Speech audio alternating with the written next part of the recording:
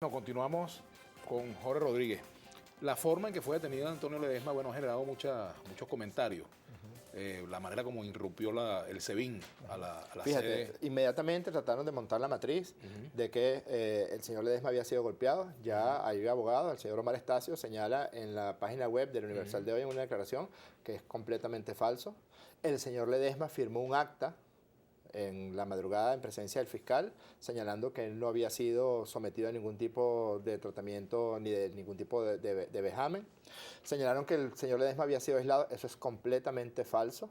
Un procedimiento dirigido por quien administra la justicia en Venezuela, que es la Fiscalía General de la República, un juez de la República, pues establecen la detención preventiva del señor Ledesma para que se le siga un juicio por estar imputado en hechos muy Pero graves. su esposa dijo que había sido golpeado. Pues él señala, el señor Ledesma entonces contradice el testimonio de su esposa, pero es que tiene que ver con esta matriz que de forma permanente tratan de instalar, donde el odio, como en esos twitters que te están mandando, donde se generó una situación de infestación de odio a sectores de la población venezolana. Ya estamos acostumbrados cuando la violencia del mes de febrero hasta agosto, tú participaste de forma muy activa en este proceso de búsqueda de paz y de diálogo de paz al que convocó el presidente Maduro, pues mostraban fotos de Rusia, de manifestaciones en Rusia, fotos de manifestaciones en Chile, fotos de manifestaciones en Colombia, fotos de manifestaciones en México, fotos de manifestaciones en Turquía, y decían que eso estaba ocurriendo en Venezuela y era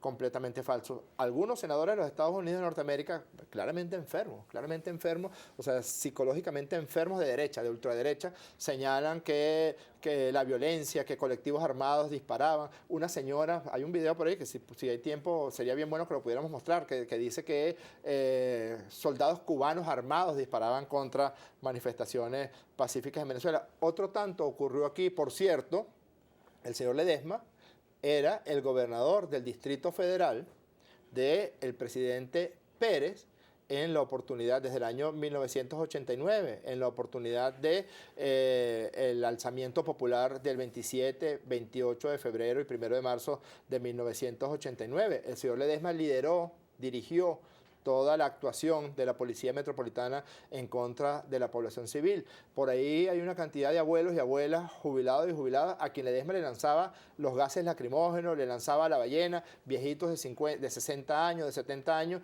que eran agredidos cuando este señor era gobernador del Distrito Capital. Una vez este señor Ledesma que se está diciendo que no se cumplieron los extremos legales y constitucionales, completamente falso. Pero Él está ellos sometido. dicen que no le mostraron la orden de captura. Bueno, pero esa orden, no solamente esa orden de captura existe, sino que se cumplió. Ellos dijeron que no se había mostrado la orden de captura, que el procedimiento que había sido maltratado y golpeado, él firmó un acta señalando que eso era completamente falso, que no fue ni golpeado ni maltratado, que había sido sometido a aislamiento. No, entonces tanto sabían que los personeros de la derecha venezolana se dirigieron a la sede del SEBIN porque se sabía perfectamente dónde Pero dicen que había los motorizados escoltas de Ledesma le sido. quitaron las llaves para que no siguieran el vehículo. Bueno, eso no sé en ese dato concreto que tú estás mencionando, no sé, no puedo opinar sobre algo que no conozco. Lo que sí es cierto es que se cumplieron los extremos legales, cosa que él no hizo cuando era gobernador del Distrito Federal, porque hasta las perezas y las palomas de la Plaza Bolívar de Caracas cayeron muertas con la gran cantidad de gases lacrimógenos que le lanzó